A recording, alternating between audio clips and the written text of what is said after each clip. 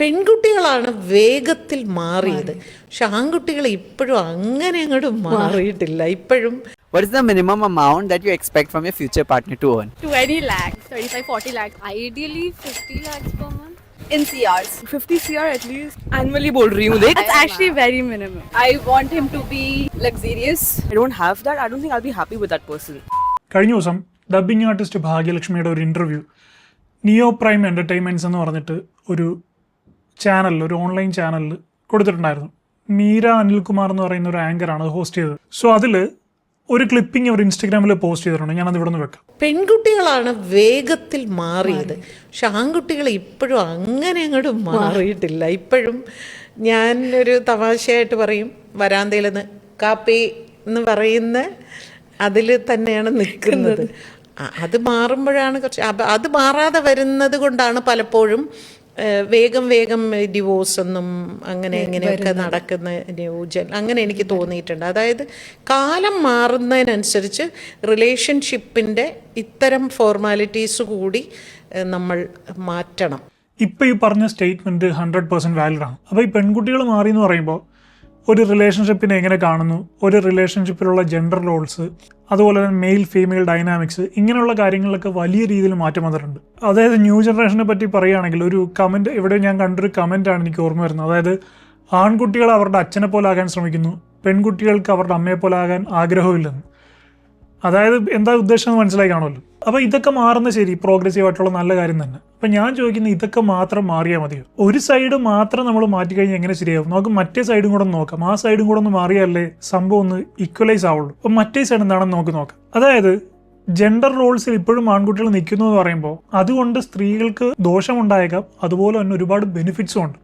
അപ്പോൾ ആ ബെനിഫിറ്റ്സും കൂടെ നമ്മളെടുത്ത് മാറ്റണം, അപ്പോഴേ അത് ഈക്വൽ ആവുള്ളൂ. ബെനിഫിറ്റ്സ് എന്തൊക്കെയാണെന്ന് വെച്ച് കഴിഞ്ഞാൽ ഇപ്പോഴും പല വീടുകളിലും പുരുഷന്മാരാണ് പ്രൊവൈഡ് ചെയ്യുന്നത്, പുരുഷന്മാരാണ് പ്രൊട്ടക്ട് ചെയ്യുന്നത്. ഉദാഹരണം പറയുകയാണെങ്കിൽ ഒരു 19-20 വയസ്സാകുമ്പോഴേ പല വീടുകളിലും ആൺകുട്ടിയോട് പല ഉത്തരവാദിത്തങ്ങളും ഏറ്റെടുക്കാൻ നിർബന്ധിക്കുകയാണ്. നീ വീട് നോക്കണം, നീ പ്രൊവൈഡ് ചെയ്യണം, നീ പെങ്ങളുടെ കല്യാണം നടത്തണം. 19-20 വയസ്സൊക്കെ ആകുമ്പോൾ, അല്ലെങ്കിൽ 21 വയസ്സാകുമ്പോൾ അവന് ജീവിതത്തിൽ പല സ്വപ്നങ്ങളും പല ആഗ്രഹങ്ങളും ഉണ്ടാവും. കൂട്ടുകാരുടെ കറങ്ങാൻ പോകണമെന്നും അങ്ങനെ പല കാര്യങ്ങളും ചെയ്യാനുണ്ടാവും.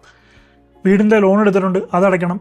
പെങ്ങൾ വളർന്നു വരുന്നുണ്ട്, അവളെ കല്യാണം കഴിപ്പിച്ചയക്കണം. അതുകൊണ്ട് നീ ഗൾഫിൽ പോകണം എന്ന് പറഞ്ഞ് വീട്ടുകാരെ നിർബന്ധിച്ച് ഈ കാര്യങ്ങൾക്കൊക്കെ വേണ്ടി ആൺകുട്ടികളെയാണ് പലപ്പോഴും നിർബന്ധിച്ച് ഗൾഫിൽ പറഞ്ഞു വിടുന്നത്, ജോലിക്ക് പറഞ്ഞു വിടുന്നത്. അപ്പോൾ പല ആൺകുട്ടികളും അവൻ വളർന്നു വന്ന സാഹചര്യം തൊട്ട്, അവൻ്റെ ചൈൽഡ്ഹുഡ് തൊട്ട് മനസ്സിൽ കൊണ്ടു നടന്നിട്ടുള്ള പല ആഗ്രഹങ്ങളും പല സ്വപ്നങ്ങളും ഒക്കെ ഉപേക്ഷിച്ചിട്ടാണ് ഈ പുറം നാടുകളിലൊക്കെ ജോലിക്ക് പോവുകയും ഗൾഫിൽ ജോലിക്ക് പോവുകയും വീടിന് പ്രൊവൈഡ് ചെയ്യാൻ വേണ്ടി പോവുകയും ചെയ്യുന്നത്.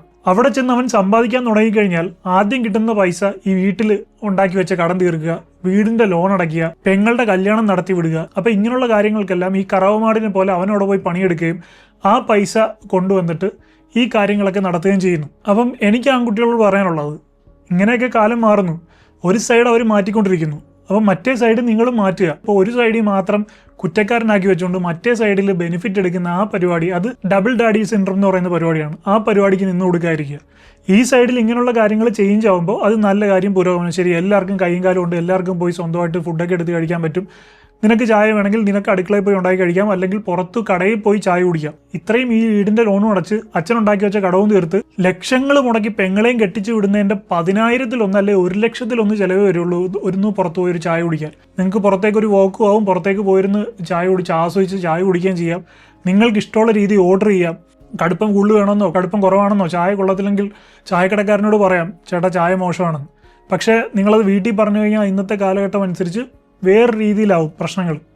കാരണം പുരോഗമനം പോകുന്ന സൊസൈറ്റിയാണ്, നമ്മൾ അതിൻ്റെ കൂടെ സഞ്ചരിക്കുക, അതിൻ്റെ കൂടെ സഞ്ചരിച്ച് നമ്മളും പുരോഗമിക്കുക എന്നുള്ളതാണ് നമുക്ക് ചെയ്യാൻ പറ്റുന്നത്. നമ്മളും സെൽഫ് ചേഞ്ച് ആകുക, നമുക്ക് മറ്റുള്ളവരെ മാറ്റാൻ കഴിയില്ല, നമ്മൾ സ്വന്തമായിട്ട് മാറുക. സോ അതുകൊണ്ട് തന്നെ ഇങ്ങനെയുള്ള പരിപാടികളൊക്കെ അങ്ങ് നിർത്തുക. വാത്സല്യത്തിലെ മമ്മൂട്ടിയെ പോലെ നന്മേട്ടനാകുന്ന പരിപാടി നിർത്തിയിട്ട് നീ 20-21 വയസ്സാകുമ്പോൾ പുറം രാജ്യത്തിൽ ജോലിക്ക് പോയി കഴിഞ്ഞാൽ നിനക്ക് വേണ്ടി ഉപയോഗിക്കുക, പൈസ നിനക്ക് വേണ്ടി സേവ് ചെയ്യുക.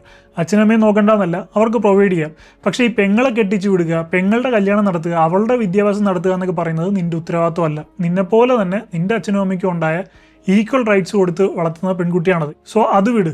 ഇക്വാലിറ്റി പറയുന്ന സ്ത്രീകളുള്ള വീടാണെങ്കിൽ അവരും വിദ്യാഭ്യാസമുള്ളവരാണ്, അവർക്കും ജോലിക്ക് പോകാൻ പ്രാപ്തരായിട്ടുള്ള ആൾക്കാരാണ്. കറവുമാണിനെ പോലെ ഇങ്ങനെയുള്ള ലക്ഷ്യങ്ങൾ പ്രൊവൈഡ് ചെയ്യുന്ന പരിപാടികൾ നിർത്തുക. ഇന്നത്തെ കാലത്ത് ഒരു കല്യാണം നടത്തണമെങ്കിൽ ഒരു 20 ലക്ഷം രൂപ 25 ലക്ഷം രൂപയ്ക്കാണ് ചിലവ് വരുന്നത്. ഇവരുടെയൊക്കെ ആർഭാടം അംഗീകരിച്ചു കൊടുത്ത് നടത്തണമെങ്കിൽ സ്വന്തമായിട്ട് അധ്വാനിച്ചുണ്ടാക്കിയ പൈസ കൊണ്ട് കല്യാണം നടത്തുന്ന സ്ത്രീകൾ വളരെ വിരളമാണ്, ഇല്ലെന്നല്ല, വളരെ കുറവാണ്. ബാക്കി ഭൂരിപക്ഷവും വാപ്പ ഗൾഫിൽ കിടന്നുണ്ടാക്കിയ പൈസ അല്ലെങ്കിൽ ആങ്ങളെ പോയി ഗൾഫിൽ കിടന്നുണ്ടാക്കിയ പൈസ ഇങ്ങനെയുള്ള കാര്യങ്ങൾ കൊണ്ടാണ് ലക്ഷങ്ങൾ 50-60 ലക്ഷം മുടക്കി കല്യാണം നടത്തുന്നത്.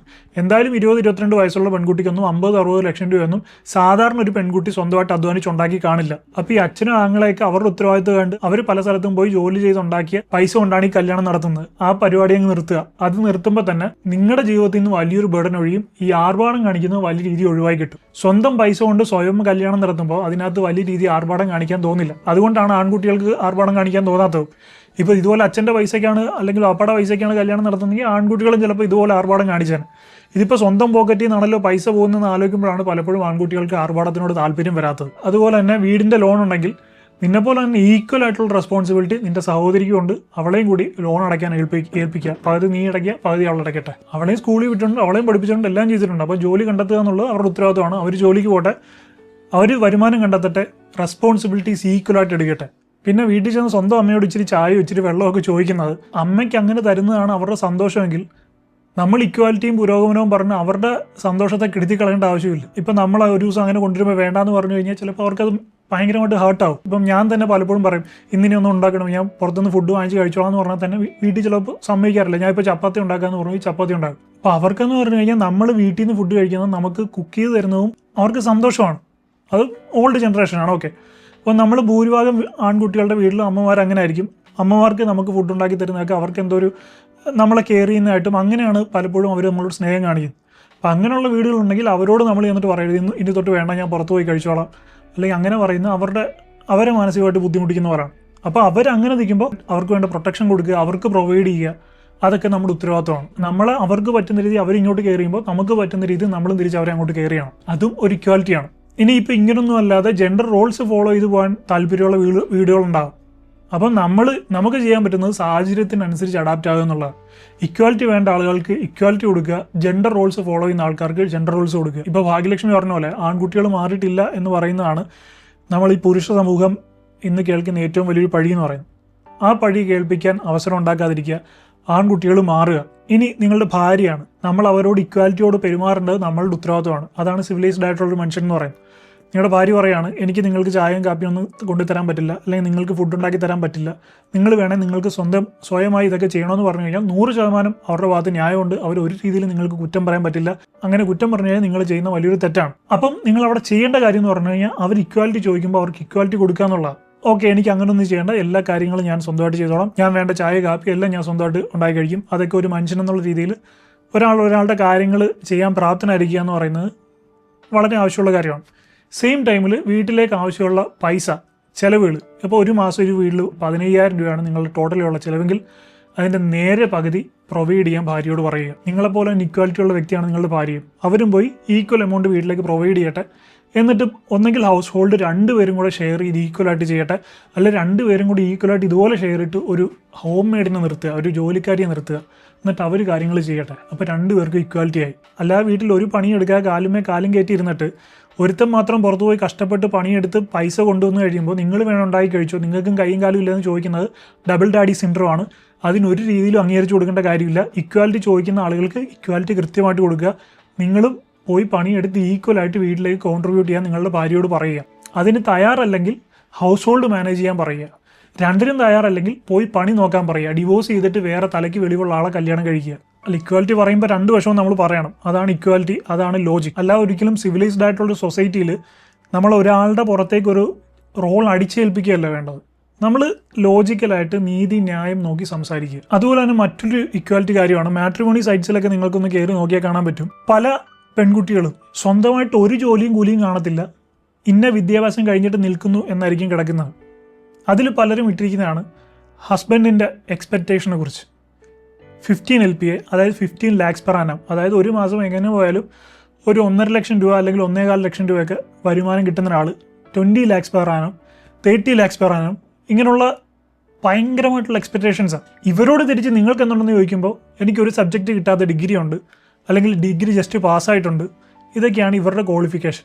അപ്പോൾ അതിലും ഇക്വാലിറ്റി വേണ്ടേ? 15 LPA ഉള്ള ഒരാളെ ഡിമാൻഡ് ചെയ്യുമ്പോൾ നിങ്ങളും തിരിച്ചു നോക്കുക അവർക്ക് എന്താണ്, അവരെന്ത് ക്വാളിറ്റിയാണ് കൊണ്ടുവരുന്നത്, അവർക്ക് എന്താണ് ക്വാളിഫിക്കേഷൻ. ഇപ്പോൾ 1-2 റീൽ ഞാനിവിടെ കാണാം. What is the minimum amount that you expect from your future partner to earn? 20 lakhs, 35-40 lakhs. Ideally 50 lakhs per month. In CRs. 50 CR at least. Annually bol rahi hu dekh. It's actually very minimum. I want him to be luxurious. I don't have that. I don't think I'll be happy with that person. If you were to marry, how much would you expect your husband to earn on a monthly basis? 5 lakhs per month. 5 lakhs per month എന്ന് പറഞ്ഞു കഴിഞ്ഞാൽ almost 60 lakh per year, 60 LPA. Amount which I can go easily shop with, it's okay. ഹസ്ബൻഡിൻ്റെ മണിയിൽ പോയി shop ചെയ്യാം. ജെൻസിയാണ് പറയുന്നത് ആലോചിക്കണം. ഇവിടെ ഇക്വാലിറ്റി എവിടെ ഞാൻ ചോദിക്കുകയാണ്. ഹസ്ബൻഡിൻ്റെ മണിയിൽ പോയി ഷോപ്പ് ചെയ്യുക. അപ്പോൾ സ്വന്തമായിട്ട് ഞാൻ എന്താണ് കോൺട്രിബ്യൂട്ട് ചെയ്യുന്നത്? എന്തുകൊണ്ടാണ് പെൺകുട്ടികൾ ഇത് ചിന്തിക്കാത്തത്? ഇപ്പോൾ പറയുന്നു ആൺകുട്ടികളെ ഇത് പഠിപ്പിക്കുന്നില്ല. അതുപോലെ പെൺകുട്ടികൾ മാറുന്നു എന്ന് പറയുന്നു. പെൺകുട്ടികൾ ഒരു സൈഡ് മാത്രമാണ് മാറുന്നത്. പുരോഗമനത്തിൻ്റെ അവർക്ക് ബെനിഫിറ്റ് കിട്ടുന്ന ഒരു സൈഡ് മാത്രമാണ് അവർ മാറുന്നത്. അതായത് പാർട്ണർ ചോദിക്കുമ്പോൾ ഇച്ചിരി വെള്ളം കൊടുക്കുക, അല്ലെങ്കിൽ ഹൗസ് ഹോൾഡ് മാനേജ് ചെയ്യുക, ഇങ്ങനെയുള്ള കാര്യങ്ങളിലെല്ലാം ഇവർ ഇക്വാലിറ്റി വേണമെന്ന് പറയുന്നുണ്ട്. എന്നാൽ ഇപ്പുറത്തെ സൈഡിൽ പാർട്ണറിൻ്റെ പൈസ കൊണ്ട് ജീവിക്കുക, പാർട്ണർ പ്രൊവൈഡ് ചെയ്യുക, ഇങ്ങനെയുള്ള കാര്യങ്ങളൊന്നും ജെൻസിക്ക് ഒരു രീതിയിലുള്ള പുരോഗമനമില്ല. ഇപ്പോഴും ഇവർ പറയുന്നത് ഭർത്താവിന് 50 ലക്ഷം വർഷം വേണം, ഭർത്താവിന് 60 ലക്ഷം വർഷം വേണം, എന്നാലേ എനിക്ക് ഇഷ്ടമുള്ള ഷോപ്പ് ചെയ്യാൻ പറ്റുള്ളൂ. രണ്ടും ഇവർ തന്നെയാണ് പറയുന്നത്. അപ്പോൾ ഭർത്താവിൻ്റെ കാശിന് അടിച്ചു പൊളിച്ച് ജീവിക്കുകയും വേണം, അവനൊരു ഗ്ലാസ് വെള്ളം കൊടുക്കാനും പറ്റില്ല. അപ്പം മലയാളത്തിൽ പറഞ്ഞു കഴിഞ്ഞാൽ മോശമായിപ്പോൾ നിങ്ങൾ രണ്ടിലേതെങ്കിലും ഒരെണ്ണം തീരുമാനിക്കണം. ഒന്നെങ്കിൽ സ്വന്തം പൈസയ്ക്ക് സ്വന്തമായിട്ട് ജീവിക്കുക, ഭർത്താവിൻ്റെ പൈസയിൽ കൈയിട്ട് വരാൻ ചെല്ലാതിരിക്കുക, രണ്ടുപേരും വീട്ടിലെ ചിലവുകൾ ഒരുപോലെ ഷെയർ ഇട്ട് നടത്തുക.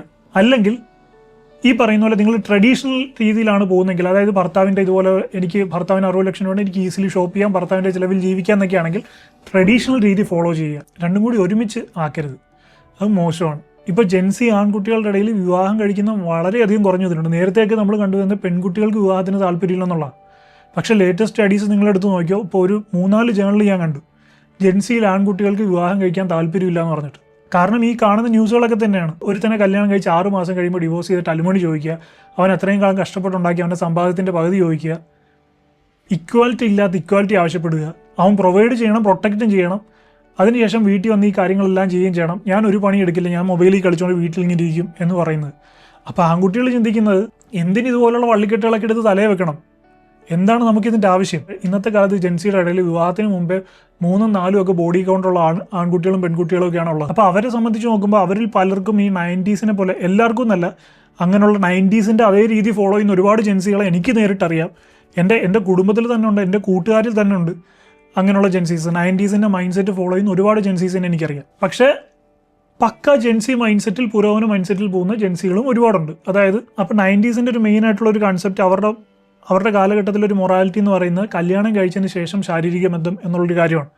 പക്ഷേ ഇന്നത്തെ കാലത്ത് ജെൻസികളെ നിങ്ങൾ എടുത്ത് നോക്കുകയാണെങ്കിൽ വിവാഹത്തിന് മുമ്പ് തന്നെ അവർ 3, 4, 5, 6 ബോഡി കൗണ്ടൊക്കെയുള്ള ഒരുപാട് ആളുകളെ നിങ്ങൾക്ക് കാണാൻ പറ്റും, പെൺകുട്ടികളും ആൺകുട്ടികളും. അപ്പോൾ അവരെ സംബന്ധിച്ച് ശാരീരിക ബന്ധം, സെക്സ് എന്ന് പറയുന്നതിന് വിവാഹം കഴിയണമെന്ന് അവർക്കില്ല. അതുകൊണ്ട് തന്നെ അവരൊരു കുറ്റമായിട്ട് അതിനെ കാണുന്ന ആൾക്കാരും വളരെയധികം കുറവാണ്.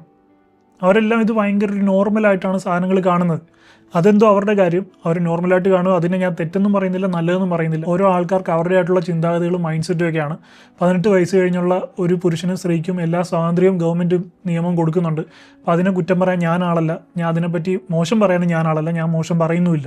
പക്ഷേ ഞാൻ പറഞ്ഞത് അവരെ സംബന്ധിച്ച് ഇതിനൊക്കെ അവർക്ക് കല്യാണം കഴിയണമെന്നില്ല. അതുകൊണ്ട് തന്നെ ജെൻസിയിൽ ആൺകുട്ടികൾക്കും ഇപ്പോൾ തീരെ കല്യാണം കഴിക്കാൻ താല്പര്യമില്ല. ഞാൻ കുറേ ആൺകുട്ടികളോട് കല്യാണത്തിനെ പറ്റിയൊക്കെ ഇങ്ങനെ സംസാരിക്കുമ്പോൾ എന്തിനാ ബ്രോ എനിക്ക് കല്യാണം കഴിക്കാൻ താല്പര്യമില്ലെന്ന് മിക്കവരും പറയുന്നു. പിന്നെ ഈ 90s ആൾക്കാരാണ് പഴയ കാലത്തെ സിനിമകളൊക്കെ ഉണ്ട്, പഴയ സംഭവങ്ങളൊക്കെ ഫോളോ ചെയ്ത് അങ്ങനെ ഒരു കല്യാണത്തിന് ശേഷം ശാരീരിക ബന്ധം അതാണ് നന്മയുള്ളൊരു സമൂഹത്തിൻ്റെ അടയാളം എന്നുള്ള രീതി വിശ്വസിക്കുന്ന ആളുകൾ. 90s ഉണ്ട്, വിവാഹത്തിന് മുമ്പും ഇങ്ങനെ ചെയ്യുന്ന ആളുകൾ. ഞാൻ പറഞ്ഞ ഓവറോൾ അവരുടെ ഒരു കൺസെപ്റ്റ് അങ്ങനെയാണ്. അപ്പോൾ അവരിൽ പലരുമാണ് വിവാഹത്തിന് ശേഷം ഇത്, അപ്പോൾ അതുകൊണ്ട് നല്ലൊരു വിവാഹബന്ധം, നല്ലൊരു ഭാര്യ, ഇങ്ങനെയുള്ള കാര്യങ്ങളൊക്കെ സ്വപ്നം കണ്ടിരിക്കുന്ന ആൾക്കാർ. അതായത് ഇവർ പെൺകുട്ടികൾ മാറി, പെൺകുട്ടികൾ പുരോഗമിച്ചെന്നൊക്കെ പറയുമ്പോഴും ഇപ്പോഴും അൺറിയലിസ്റ്റിക് ആയിട്ടുള്ള എക്സ്പെക്റ്റേഷൻസ് ആണ് ഇവർക്കുള്ളത്. പല രീതിയിലും അൺറിയലിസ്റ്റിക് ആയിട്ടുള്ള എക്സ്പെക്റ്റേഷൻസ് ആണ്. അതായത് റിയൽ ലോകത്തിൽ ജീവിക്കുന്ന ആൾക്കാരാണ് ഇവർ. തന്നെ നോക്കിയാൽ മതി, ഇവർ കല്യാണം കഴിക്കാൻ തന്നെ താല്പര്യം കാണിക്കുന്നത് റീലുകളിൽ കാണുന്ന പോലെ ആഘോഷങ്ങൾ നടത്താനും അതുപോലെ ഫോട്ടോഷൂട്ട് ചെയ്യാനും അതെടുത്ത് ഇൻസ്റ്റാഗ്രാമിൽ ഇടാനും ഒക്കെയാണ് 90%. ഇപ്പം ഞാൻ ഒരുപാട് ഇതുപോലെ എനിക്ക് മെസ്സേജസ് വരാറുണ്ട്. അവരോടൊക്കെ ഞാനിങ്ങനെ, അപ്പം ഞാൻ ഇവരോട് ചോദിക്കും, നിങ്ങളെന്തിനാണ് ഇത്രയും എക്സ്പെൻസ് വെച്ചൊരു കല്യാണം ഒക്കെ ഇങ്ങനെ പ്ലാൻ ചെയ്യുന്നത്, ചെറിയ രീതിയിലൊക്കെ നടത്തിയാൽ പോരെന്ന് ചോദിക്കുമ്പോൾ പറയും, അല്ല അതൊക്കെ റീൽസ് ഇടുന്നു, ഇപ്പോൾ എല്ലാവരും റീൽസ് ഇടുന്നതൊക്കെ കണ്ടിട്ടില്ലേ, അത് റീൽസൊക്കെ അതൊക്കെയല്ലേ ജീവിതത്തിൽ ഒരു എൻ്റർടൈൻമെൻറ്റ്, എൻജോയ്മെൻറ്റ്.